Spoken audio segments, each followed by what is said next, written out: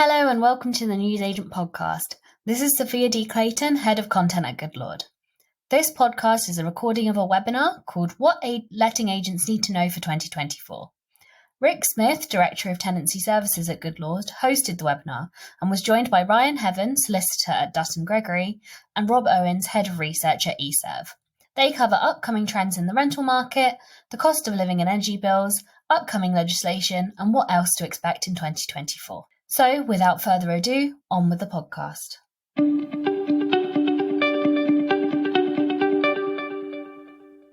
My name is Rik Smith. I'm the Director of Tenancy Services here at Goodlord. And the aim of today, this hour, is to talk about what letting agents and property professionals need to know in 2024. I'm joined by Rob Owens, the Head of Research at E.surv, and Ryan Heavens, the Associate Solicitor at Dutton Gregory. So Rob, if you could just join us at this point. Hello, welcome Rob. How are you doing this morning? Yes, good, thank you. Brilliant. So just for completeness, if you could just introduce yourself, a little bit of background so that our listeners can get to know you a little bit better. Yes, so as you said there, Rik, I'm Head of Research at E.surv. Prior to that, I worked at Zoopla and Home Track. And then prior to that, I worked in the social housing public sector, mainly doing kind of asset management and corporate finance, but was heavily involved in rent setting and the build to rent as it was kind of just starting out back in the day.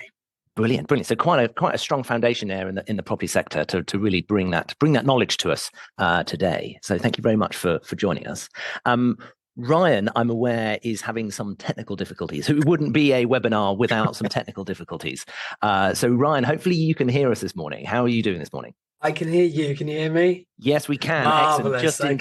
Just in time. Only 5 or 10 minutes of madly joining and leaving, but all good. We can now hear you. So Ryan, Solicitor at Dutton Gregory, talk to us a little bit more about your background and your expertise. Yeah, so I'm a solicitor, so I deal with most things landlord and tenants. My relationship with Goodlord is, if you're using Goodlord's tenancy agreement, I hope you are, I've had quite a heavy hand in drafting that. So if you've got any questions or problems with it, then I'm usually the person who has to justify themselves. But yeah, I can do all sorts of landlord and tenant stuff, really. So from drafting to evictions, the full spread. Brilliant. And that's a real quite a breadth of knowledge that you bring to the conversation today. And I think it's really important that, today we've got an open Q&A for you to put those questions in via the Zoom feature.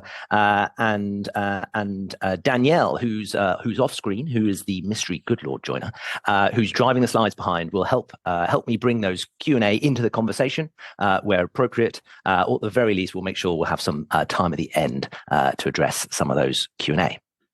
So before we kick off, it wouldn't be a Goodlord webinar without a little bit of a conversation about what Goodlord is.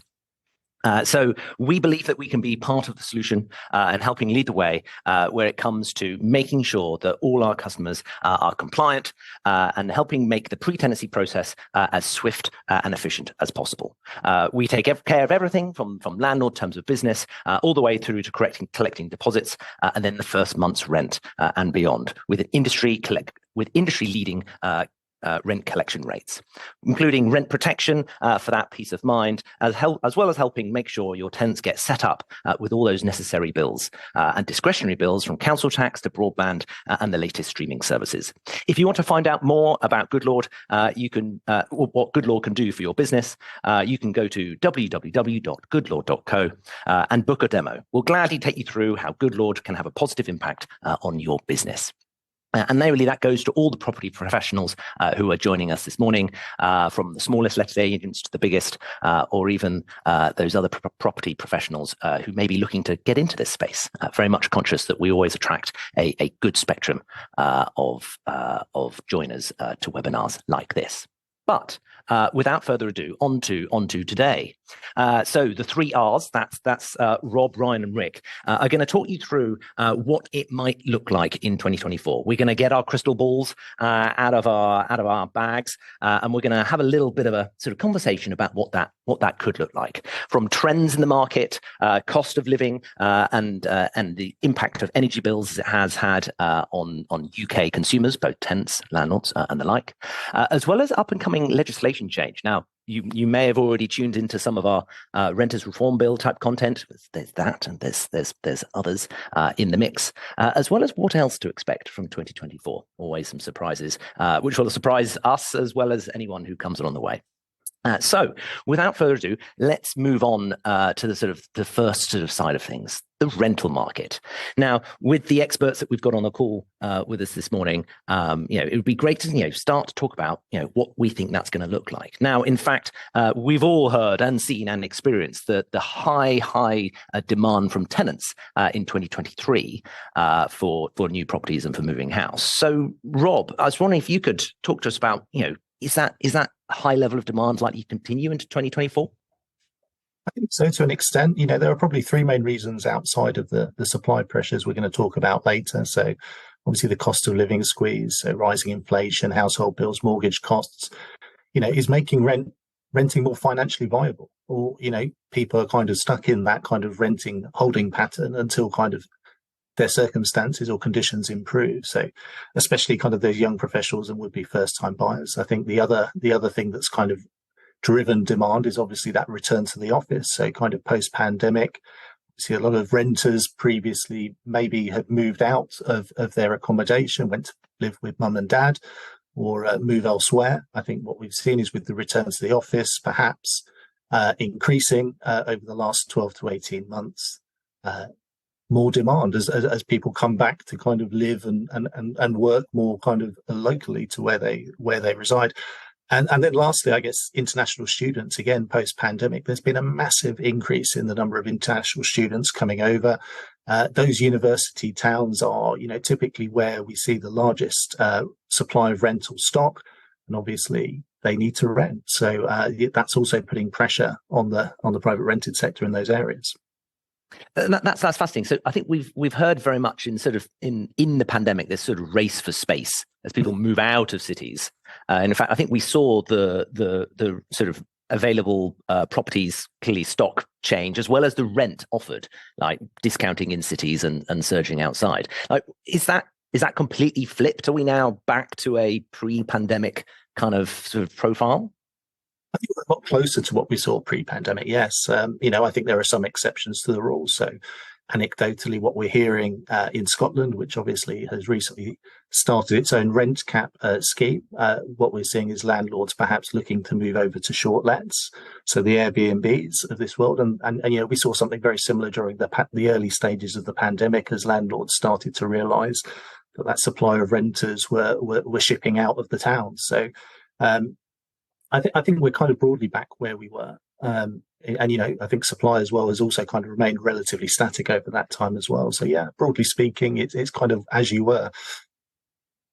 Brilliant. And that's quite an interesting point, that the stock has remained relatively static. Because again, there's all these headlines about mortgage rates scaring off landlords, mass sell up, etc. Like, how much truth is there really to any of that?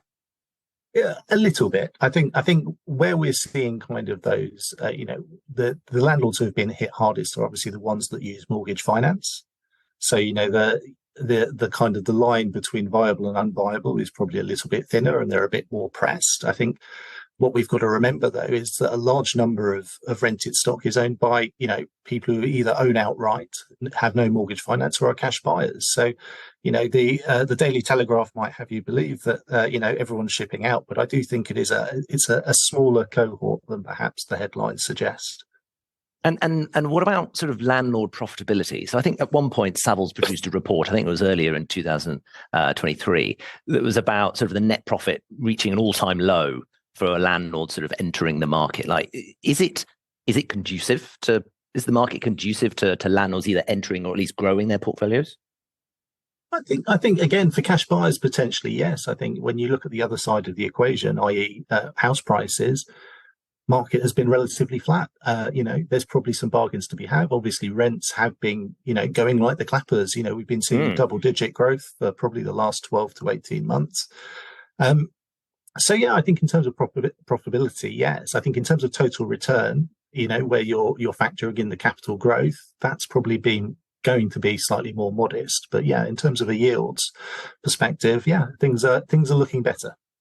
Brilliant. And I think, from a sales perspective, of course, there's more than one dimension to the market here, in terms of buying and selling of sort of home or occupied properties. What are we seeing there? Again, mortgage prices, talked about scaring off buyers, and is it now a buyer's market or a seller's market? It depends. I think it's a tricky one. So over 2023, obviously saw the number of sales contract. So kind of the long run average is around 1.2 million. Last year, we were around 1 million transactions for the year. And I think what we've seen is really, the share of buyers has changed over that time. So cash buyers were the largest kind of segment in terms of last year, with first time buyers shortly behind. Where we've seen kind of a large fall has been buy to let mortgage purchases, which, based on our data, it's looking around 30-40% kind of drop on the year. I think what we've seen probably in terms of prospects for 2024 is, the last quarter, from September last year, we were starting to see mortgage rates fall.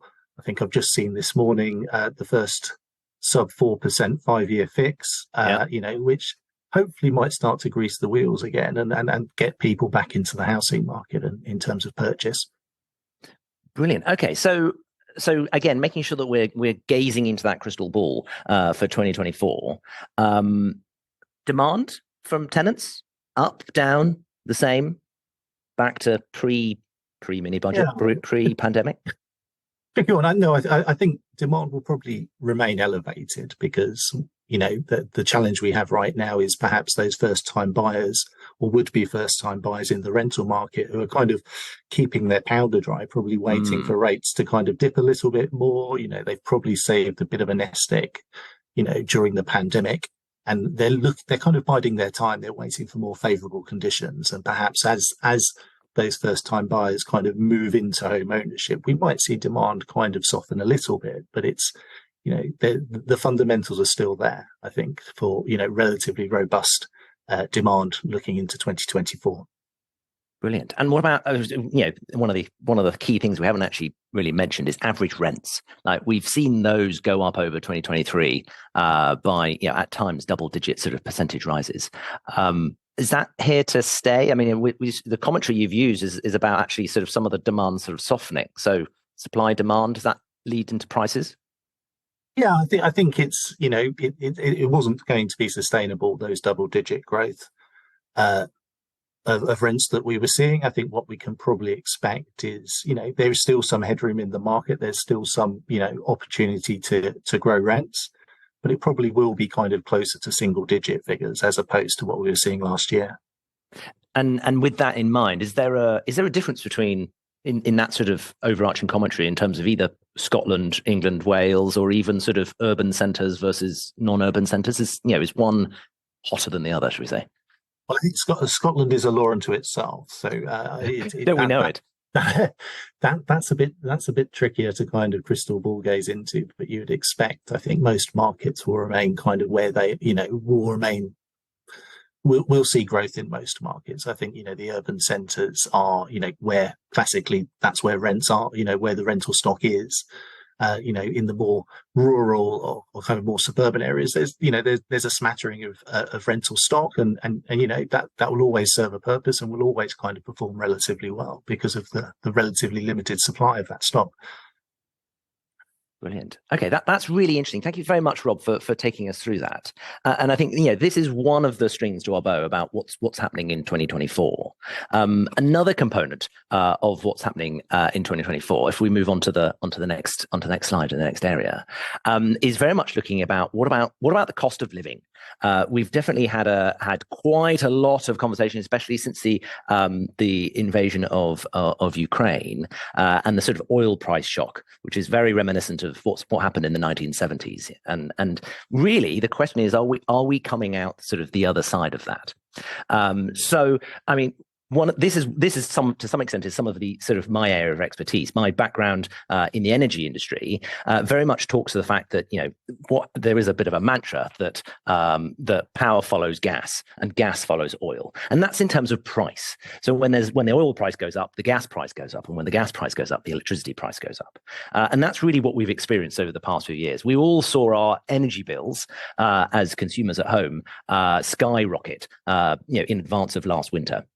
And what happened, of course, the government stepped in, reduced the price from its high. They introduced the energy price guarantee. And then they also gave us all 400 quid towards our energy bills, which is all fantastic and really helped take the sting out of the tail of that price increase. But here we are the next winter, when there isn't such a level of government intervention, but actually the way that the numbers pan out is that the average price of what someone actually paid last winter, after all these discounts, is going to be very, very similar to what is being paid this winter. And that's after the £400 credit and everything else. So, and obviously we did webinars and everything else about how consumers can be supported and helped out when it comes to talking to the energy suppliers, seeking help from the warm home discount, and appropriate schemes like that. But this is just one item. The energy bills is one component to the sort of economic landscape. Another is, of course, inflation, and it's really worth making sure that what we did see was actually that price shock of energy also then impacted all the other industries, which of course burn oil or use electricity in the manufacturing and creation of those things, as well as supply and demand constraints. So Rob, one of the things that we've seen, and I've just sort of highlighted sort of some of the sort of cycle we've been through, and of course some people have rents that are linked to RPI and CPI. I mean, what do you see happening to these sort of inflation figures over 2024? Well, I think we're going in the right direction. The recent kind of I think the recent inflation was a bit of a shock to us all, but it's definitely trending downwards. Whether we'll get to the 2.5% that Rishi Sunak has kind of promised is to be seen. Really, I think.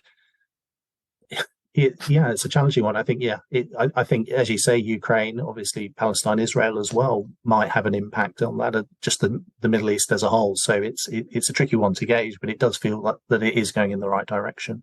And whatever's kicking off in the Red Sea as well, of course. Yes.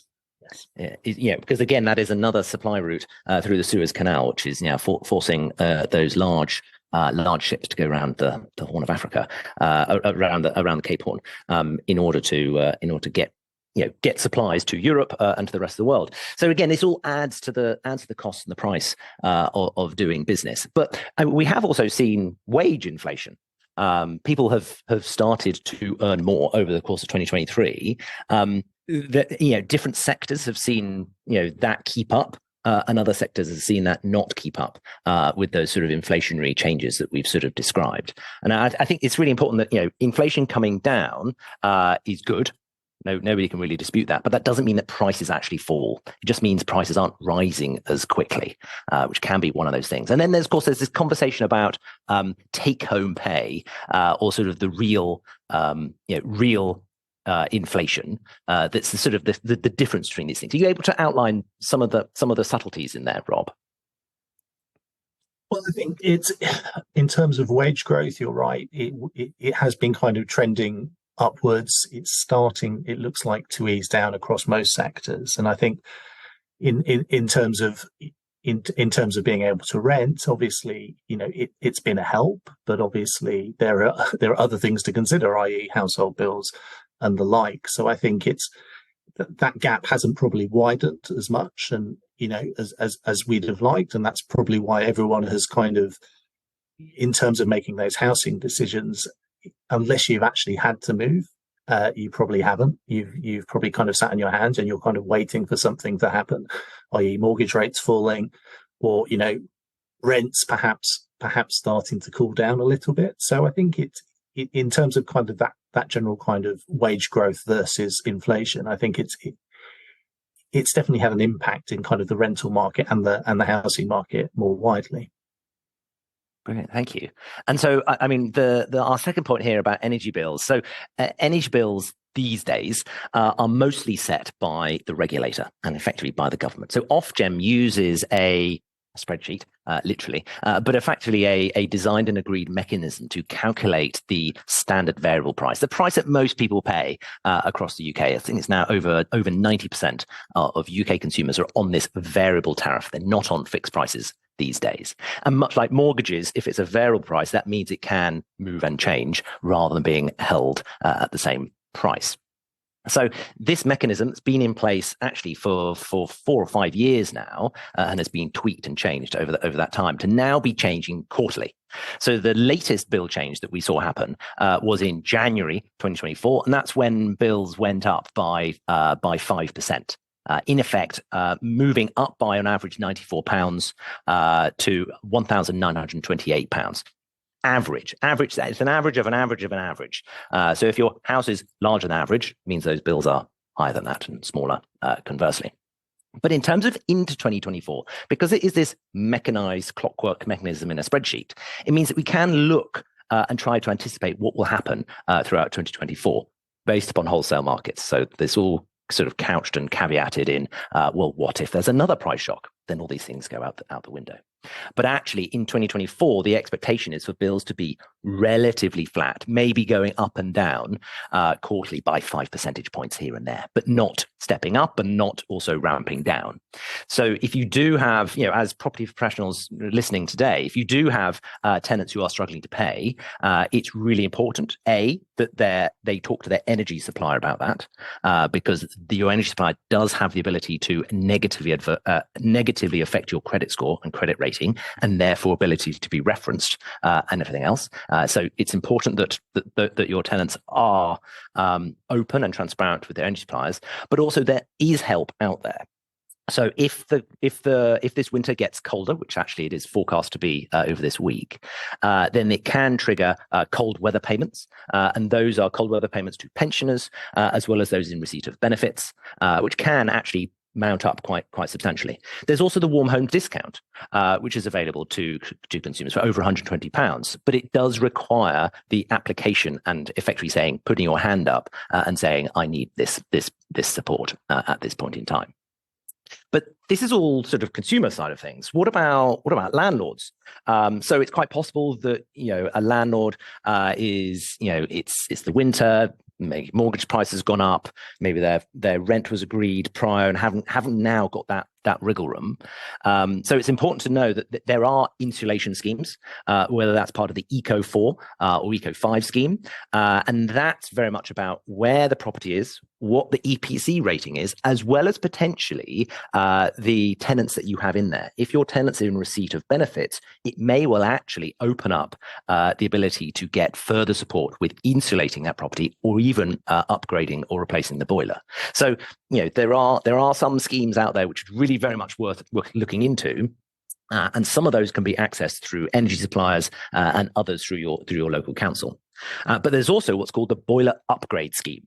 And that's where the government will put £7,500 towards replacing boilers in houses with renewable heat alternatives. We are talking about heat pumps, air source heat pumps, more than likely, where that is an option. And that's very much something worth looking into. If you think, my boiler might need to be replaced, or that boiler might need to be replaced next winter, maybe not now, then planning in to get it replaced or upgraded, taking advantage of some free money, may well be to your advantage. So there's things out there to try and help on this journey, but ultimately, it is very much about of open, transparent conversation, which we encourage between tenants and letting agents, and talking to those energy suppliers who are more often than not the ones who can help you access those schemes.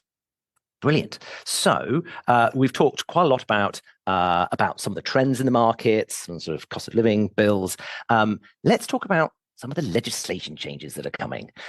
So Ryan, this is where, I know that you've in fact helped us on numerous occasions previously, and in fact this series of webinars has covered the Renters Reform Bill in some detail in the past. So if you are interested in hearing more, Ryan's going to talk to us about it, but also there is even more detail and depth on the Goodlord website to help you dig into that. But go on, Ryan. What's going to happen in 2024 when it comes to the Renters Reform Bill? Okay, my time to shine. I won't recap all the Renters Reform Bill stuff. But give us the high level. Give us the sort of the headlines. This is just it. There is obviously a Goodlord course on Renters Reform, and I think anyone who's here will probably know the real headlines of Section 21 being done away with, fixed terms coming to an end, things like property portals coming into force. And I like I said, I suspect a lot of people on webinars like this will be aware of those things. In terms of where we are presently with it, it's gone through the committee stage. So legislation in Parliament is scrutinised by a committee which is made up of a cross section of MPs. It mirrors the demographics of Parliament, so it's a Conservative majority. Effectively, that means that it can be quite tribal, and there are a bunch of amendments proposed to the legislation, and as you can imagine, the Conservative ones were accepted and the Labour ones were not. But what was quite interesting from that is it indicates where the government wants to take this and where the opposition wants to take this. And it's incredibly relevant because 2024 is an election year. That's probably the most important issue for the future of renters reform. When the election is, and also who wins that election. So we can make some assumptions. There are 3 speculated dates for the election. There's one in spring, one in October, and then one January 2025. But I think Rishi kind of came out of the behind the curtain. Was it last week or the week before, and kind of ruled out 1 or 2 options? Is that right? Yeah, it looks like it's going to be October. There was speculation it would be spring. He was going to try and, I don't know. May. We always have elections in May, not literally, but more often than not. Yeah, but that's off the table now.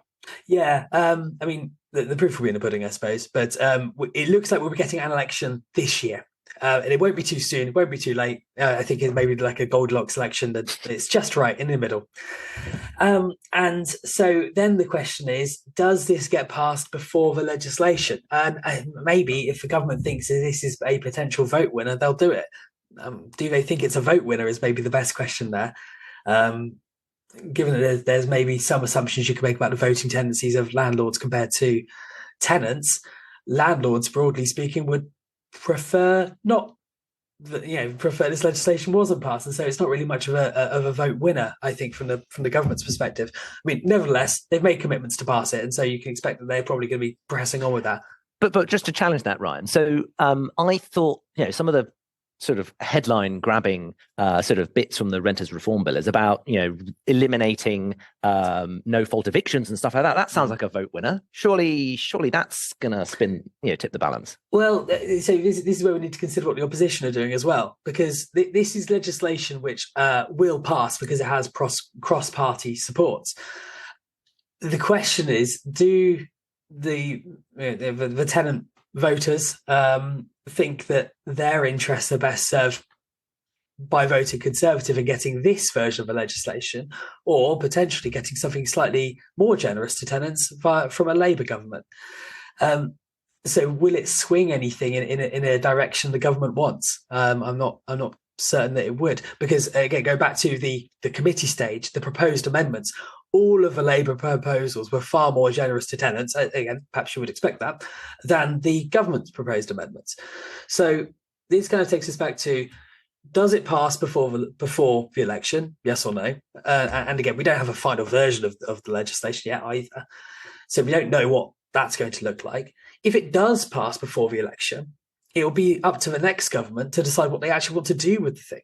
So even if we get a Renters Reform Act 2024, that could be completely gutted and redone, and we could end up with a Renters Reform Act 2025, which fundamentally changes all of what we are currently talking about. And just to check in that sort of scenario where there is something passed in Parliament, in 2024. When would that actually come in and begin to bite, like actually have an impact? Well, yeah, so this is a key part of it, really, is that they can pass the legislation, but this legislation is structured in such a way that they have to also implement the legislation later down the line. So if this passes in February, and again, I don't really have any particular insight as to when it's going to pass Parliament, the government has to set a date to implement the thing. And that date might not be before the next election. So, and we could also imagine that implementation, it won't be, and all these rules happen now. Am I right in saying it's more likely that new tenancy agreements from date X in the future have to be like this, and then old ones some date in the future begin to become like this as well? Is that a fair assumption? Yeah, indeed. So you've got the three key dates are when it passes Parliament, which again is unknown, but that's probably the least important of the dates. The next date is implementation date, which, as you said, is new tenancies from X date. And this is familiar for anyone who's dealt with the Deregulation Act changes and the Tenant Fees Act changes. They'd say new tenancies from X date, this applies. Old tenancies from Y date, this applies. So the two are intrinsically linked. There will nearly always be a year or so. That's what it was for Tenant Fees Act. You had this year's grace period. That's what I was going to ask next. Like, what sort of expectation should we have between the Act passing and the sort of first wave of implementation? Probably about a year, yeah. And that's what happened in Wales with all the changes that they've had. I think the government just thinks, it's an arbitrary date. It doesn't have to be a year; it can be anything. But they just think a year. Why not? That's enough time for people to get themselves organised. And what about sort of existing tenancies? What sort of period after that does that tend to begin to bite for? So that would generally be the year. So you've got implementation date from a certain point. Again, the link between when it passes Parliament and implementation date is entirely uncertain. I've got absolutely no idea when they're going to introduce that. Fair caveat. But the link between new tenancies and existing tenancies will probably be a year. So it sounds like we would likely have a new government before any of it actually is implemented, i.e. any of the rules actually begin to bite. And that also gives enough scope for the next government to change it. I mean, it could be another Conservative government, potentially under a different Prime Minister, who's also got a different view, who somehow feels that they want to revisit it. Or it could be a Labour government or even some sort of conglomeration mixture. I think the longer this is taken to pass, the less and less certain you can be about what the final form would be. If it's a pass last year, odds are we might actually have an implementation date in our diaries, and which makes it far harder for a subsequent government to change it. So because we still have uncertainty about the final form of the bill, when it's going to come in relative to an election date, we have no idea really, even if we have a legislation that passes Parliament, we don't know when that's going to come in. We don't know what's going to look like when it comes in. Will a future government want to bring it in its current form when they have the option just to rip it all apart and start from scratch? Like I said, the longer the delay, the less certain we can be about what it's actually going to look like, which seems strange because we should be looking at a final version fairly soon. Yeah, agreed. And now I appreciate we spent quite a bit of time on this, but I find it quite interesting. I hope those listening also do find it quite interesting. So can you give us any kind of a hint or clue as to for instance, what Labour amendments are sort of looking like? I mean, you sort of hinted at more in favour of the tenants.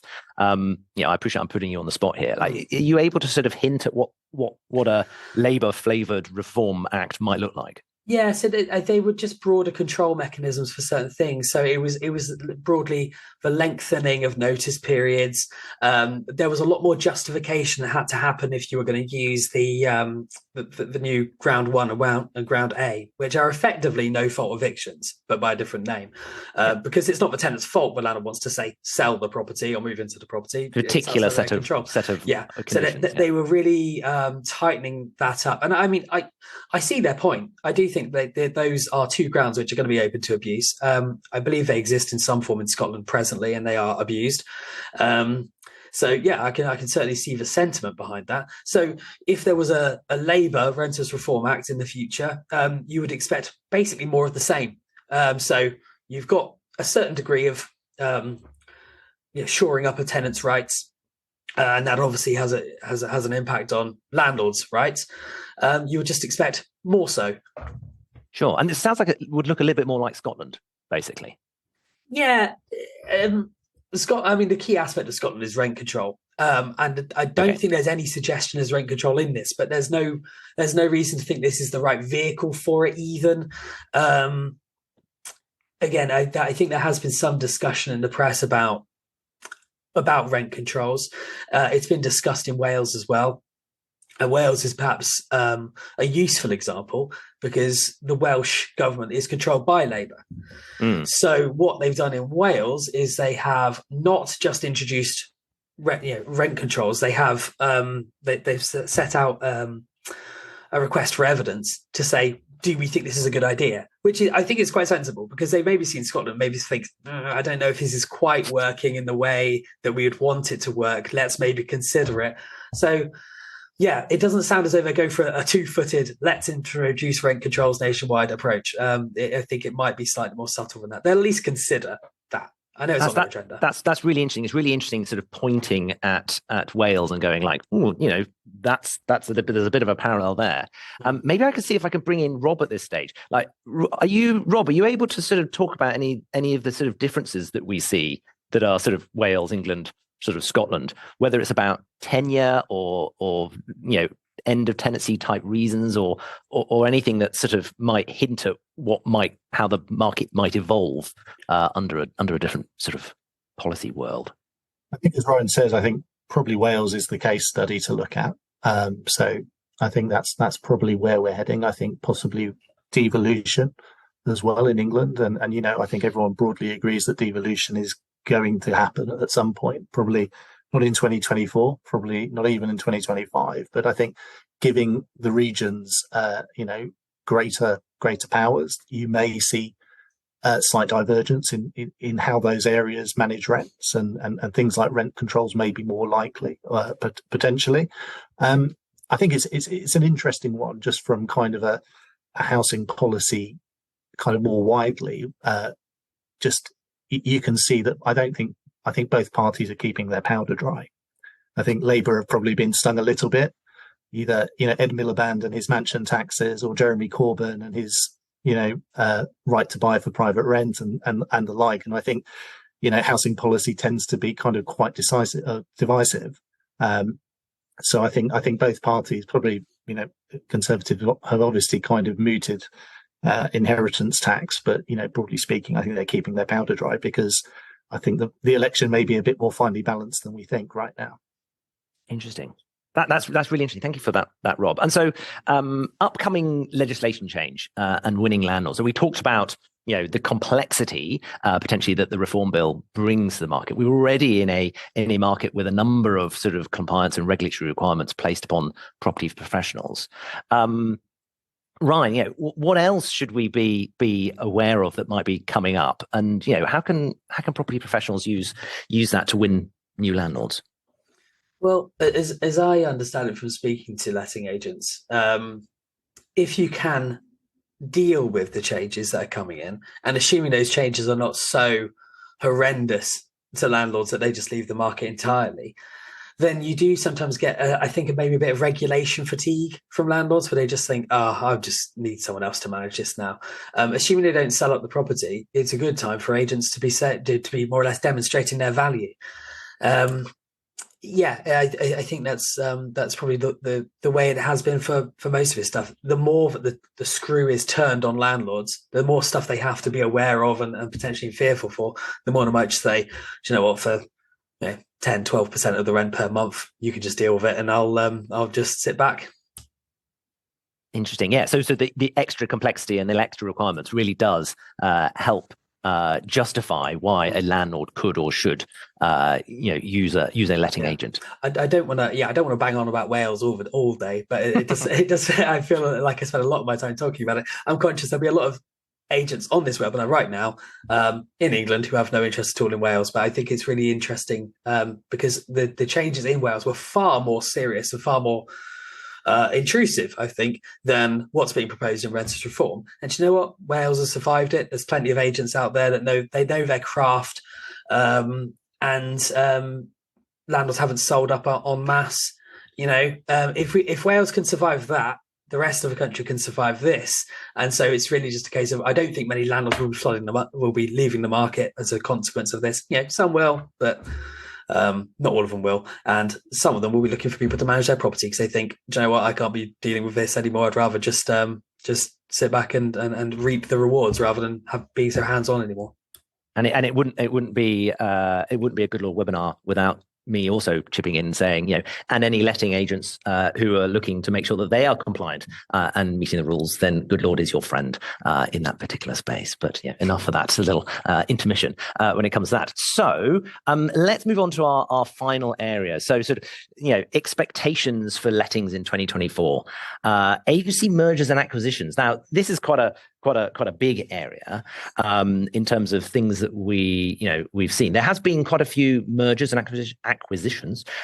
Get that out slowly in 2023. Ryan, are you what have you seen when it comes to sort of the combining of forces in the market? I heard a phrase long ago to describe law firms, but I don't see any reason why it wouldn't apply to letting agents as well, which is go big or go niche. If there are some enormous letting agent beasts out there, and I think you see more and more private equity getting involved, and if a letting agent gets money behind it, then there's no reason why it can't just start gobbling up every little firm in the country. But I don't think, pound for pound, that a behemoth will beat a local independent agent when it comes to knowledge of the market, value for their clients. And again, I think it comes down to demonstrating value. There might be some name recognition for some of these high street brands, but I think if you have a local reputation for being competent and knowing your craft, then there's no reason at all why you shouldn't be able to thrive. And again, that's the niche in this sense. Know your local area, know your markets, know it better than these high street firms, and you'll thrive. Brilliant. And I suppose there are a number of trends in this space. And so, Rob, I think we were talking earlier about sort of the online only people versus the hybrid versus the clearly on the high street. Like, are there trends in the market that we can see in terms of sort of activity or preference? I mean, in terms of activity, I think as Ryan says, it's that local knowledge is always appreciated by would-be tenants. I think, as I walk around kind of sunny Clapham where I live, I think what I've seen is perhaps smaller independents, perhaps not having, a high street presence anymore, and perhaps moving on to kind of that online kind of approach. But I think, broadly speaking, I think that there's definitely a case for those smaller independents who really know their patch and can, give you that kind of personal touch that, tenants obviously appreciate. Brilliant. And I think, it's definitely, the market is moving and changing, and it'd be really interesting to hear both of your views on whether is it a market for new small agents to start? Would it be a great time to start a new estate agent if you're thinking about going out your own? Not that I'm encouraging that massively from everyone, but if you were, is now the time to do it? Was 23 the year to do it? 21, 20, or is 24 the time to do it? Like, is now a good time to start a new independent niche letting agency? Rob, what are your views? Oh dear. I mean, it's a tricky one. I think in terms of what we talked about earlier, there's obviously demand. Supply constraints are still there. I mean, there is, but obviously it's a competitive market, rental, and starting from scratch may be a challenge. But if you find your niche, it could potentially be an opportunity. Ryan? Yeah, I suspect the people who would be thinking about doing something like this would already be letting agents with hopefully a contact book to support it. Because I was just thinking what I would do if I wanted to set up a letting agent. I think I'd just be stuck. I'd go under in a month because I just I wouldn't have any work. But if you would have the contacts, and you think that there's enough work in your area, because I'm mindful that I think the trend here is, perhaps fewer properties on the market, but you've also got perhaps fewer landlords in general. Landlords are also going through this kind of mergers and acquisitions process. I think the government, broadly speaking, wants to force people who own one property out of the market because they're harder to regulate and they're harder to police. I think they prefer larger corporate landlords because, again, they're quite easy to police. That's quite an interesting statement. The idea of sort of the accidental landlord, perhaps, the Mr. and Mrs. or just Mr. or Mrs. who's got one property they let out, and the industry being not so friendly or conducive for them. Yeah, well, I think you've got two types of these kind of, well, I would say accidental maybe isn't the right term for it, but obviously you do get from time to time people inheriting property who never intended to be landlords. But you'd have people who maybe dipped their toe into the buy-to-let market when it was all the rage, and now they're perhaps nearing retirement, just thinking, oh, we don't want to do this anymore, but we also have a property with a tenant in situ that we can't get rid of. There is, I guess, those kind of rich pickings for these institutional landlords, these cash buyers, perhaps backed by equity money, to snap up these properties, add it to their portfolio, and then you then have just this one very large landlord to deal with, which makes it harder to perhaps to pull them away from other agents. So I think it's a tricky time for a new agent to be starting up. I think you'd have to really back yourself. I certainly wouldn't be doing it. I'll stick to lawyering. Thank you very much. And that's fair. We should all acknowledge our strengths and our weaknesses. And I think Ryan's been quite clear that he's not about to start up a competing agency tomorrow. Brilliant. And so the sales market and mortgage rates. Mortgage rates, Bank of England is very much a heavily influencing factor here in terms of sort of leveraging capital to enter the property market. I mean, Rob, in your crystal ball, what do you see in terms of the sort of direction for mortgage rates and impact on the sector? I think what we're seeing right now is probably a fairly good indicator. I think lenders have definitely gone to market with pretty favourable deals right now. There's definitely a bit of a price war going on. And to the extent that if we look at 15-year swaps, which is typically what lenders use to kind of benchmark their rates on, they're kind of racing ahead a little bit. And I think that kind of competition is only beneficial to the consumer, obviously. And I think where we probably land is kind of that 3.5-4% sweet spot. So yeah, I think in terms of what does that mean in terms of transactions, well, hopefully that does kind of start to get people thinking about moving again, and kind of those first time buyers, get them back moving. I think the other cohort are obviously independent of mortgage finance, are cash buyers, and what you'd anticipate there is that they're going to remain a fairly strong kind of buyer segment over 2024.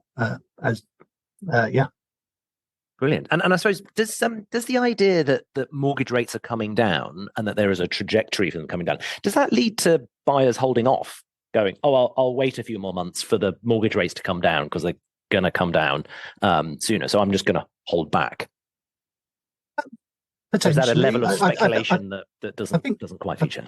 Well, I think that's what we definitely saw that in kind of 2023, but I think their rates were kind of not prohibitively high, but yeah, I mean, if you're a first time buyer, it did give you pause for thought to think, well, actually, maybe I'll stay renting for a little bit longer and see where it pans out. I think, as I said earlier, it's the market kind of over the last 12 to 18 months has been, it's been needs-based. People have moved because they've had to.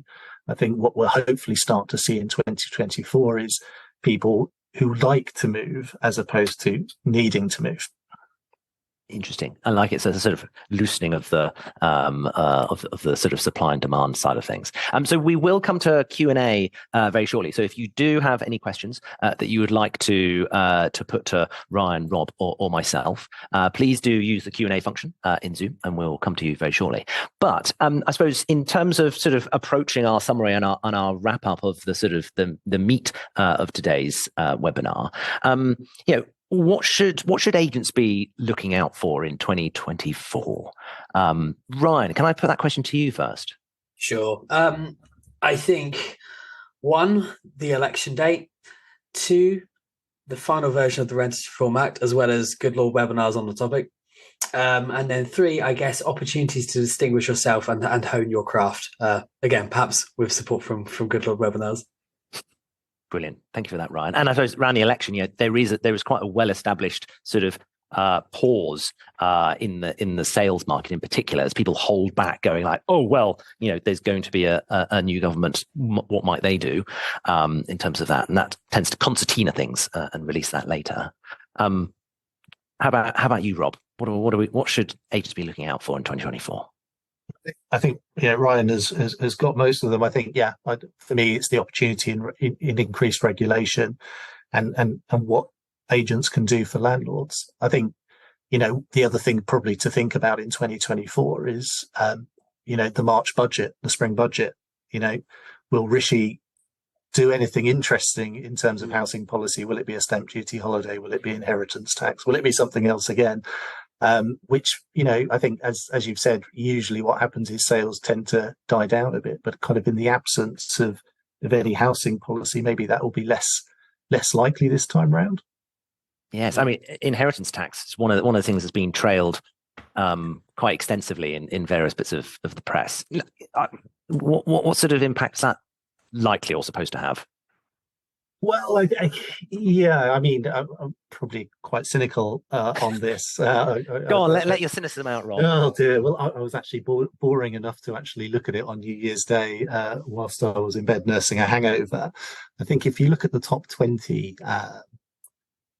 constituencies by price, typically conservative constituencies by price, and you look at currently where they're forecasted to go in the next election, I think it's that property price, just to be clear. Property price, yes. Yeah. Sorry, if you look at that, I think it's around 15 of those are projected to move over to Labour or Liberal Democrat. So could it be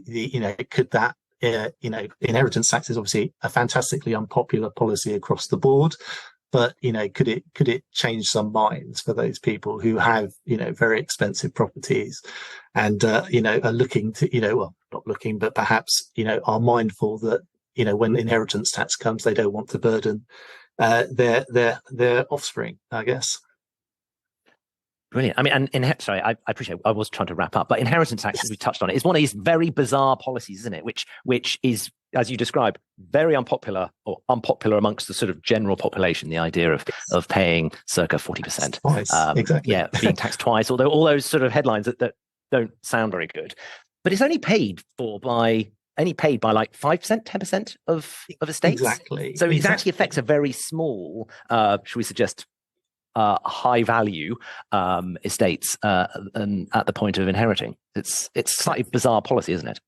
No, agree. And I think probably obviously the case against kind of abolishing inheritance tax is more around social mobility. It's kind of basically that distribution of wealth is contained within the same that 5% again. Exactly. Yeah. So it's kind of swings and roundabouts. I think it's brilliant.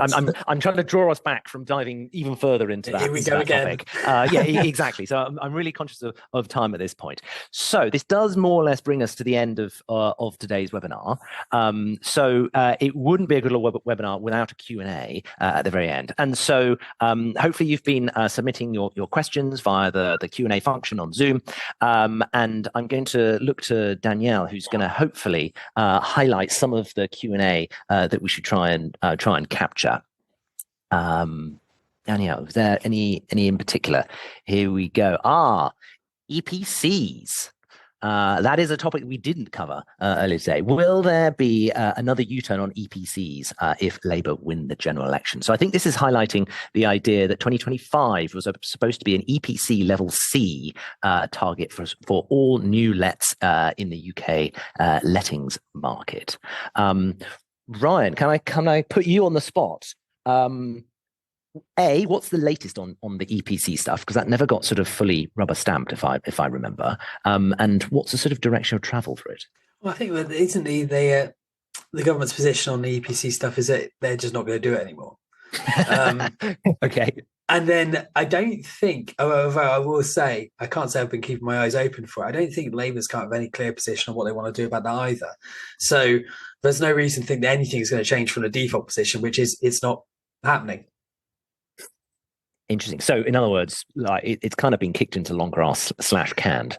Yeah, I mean, I know. There's been some news generated about Labour having a budget for green projects, but whether or not this is the mechanism they want to spend that money on, I simply don't know. So there's a world where that's what they want to do to change things. But if it's a Conservative government, I don't think it will change unless they scrapped it just to get themselves over the line for this election, and they're going to bring it in again, which is entirely possible. there was the Great British insulation scheme, or I forget what not Insulate Britain, no, that's not that, but the Great British Insulation Scheme, I think was something that was being sort of touted, I think even by the current government, not by a Labour government specifically, but then again I haven't heard much of that since that, which was about middle of 23. So again, is it a vote winner? Perhaps not. So maybe we're not going to hear much more about it until after the election. I think that's a really fair sort of simple answer. Is it a vote winner? Will it win anyone any votes? And that's probably the things that will float to the surface. Yeah. I mean, Rob mentioned the spring budget earlier, and I think that is another thing to look out for, because that's really the government's last chance to kind of set out their stall and say what they're going to do for the average person. I don't think they're going to be introducing EPC changes at that point. Fair enough. Rob? No, I mean, objectively, it's probably the right thing to do, I think. But, the challenge is, as Ryan kind of outlined earlier, we've got a lot of smaller landlords who don't have the financial wherewithal to do it. And I think, if you look at the public sector and kind of decent home standard, they had a 10 or 12 year run up to get their properties up to decent home standard. And that was with subsidy through rents. So it was above inflation rents. And I think that's probably, why Future Home Standard kind of fell down a little bit. It was an extremely there was no run up, and there wasn't much government support behind it in terms of kind of those financial baubles to kind of get people doing it. And I think that's what we typically find right now, is that everybody, I think most people would say that, energy efficiency and retrofitting is the right thing to do. But, but they're also looking for a bit of a government handout to support them to make that change. And I think doing it off their own back is where a lot of this policy where this policy fell down in particular. Yeah, and I mean, landlords and the letting sector is one of those really awkward to insulate sectors, primarily because there's no balance of investment versus return on, reduction in energy bills or improvement in comfort. That's not something that stacks up on a spreadsheet when looking at should you invest in number 4 the Avenue or not. And that's why sort of government intervention is really the only way this will get delivered. And then one final question, slightly more left field. Are there ways to prevent landlords from selling up? How does one prevent landlords from leaving the market? Maybe a sort of a more overt question.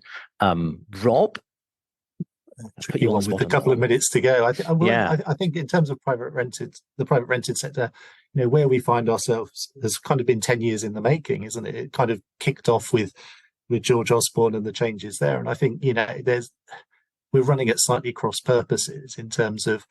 And that's the change in the tax allowance and interest on mortgages. Exactly. And I think, we find ourselves at slightly cross purposes in that, a lot of landlords have come into the market or come into the sector as an investment opportunity. And what we've found due to kind of the wider, more dysfunctional housing market is that we're having to lean on the private rented sector to kind of help us do other stuff. So, we don't build enough social housing. So where do these people land? Typically private rented sector. So I think, as Ryan kind of said, what we're looking to try and do is professionalize the sector a bit more and try to not push out, but possibly push out. Yes, incentivize kind of more professional landlords. Go on, Ryan. Last couple of words from you. This question is lovely. I suppose on one level, I suppose the government could simply ban transactions from happening. That's definitely something the government can do. They're not going to do that. Feels very unlikely. Or another pandemic might slow down transactions, but again, I think, that slows it down. I don't think the government's got the power to. Well, actually, I don't want to speculate what the government's got the power to do with that kind of thing. What I thought was interesting was just thinking about it was maintaining supply, because if you have a landlord leaving the market and they're going to sell to maybe a first-time buyer, then that property is no longer on the rental market. But if you were to think about the possibility that the government could purchase that property, or the local authority could purchase that property, because we all know what the problems are with housing stock and where it's come from. Not enough houses being built, social housing being sold off. There's fewer houses. So if the government were to maintain supply by purchasing outgoing landlords' properties, then that's something they could do. I mean, the landlord still sells the property, but you've still got that property in the market, which maybe solves the problem which the questioner was raising. Brilliant. Well, I'm acutely aware of time that we have now run over, and so it is best that we wrap up at this stage. But all it leaves me to do is to thank our guests. Thank you, Rob. Thank you, Ryan, for your time this morning. And if you have enjoyed this webinar, please do share it with colleagues, friends, family, perhaps. Maybe they would be interested, not sure. And so the recording should be posted online. And again, thank you very much for listening, and have a good week.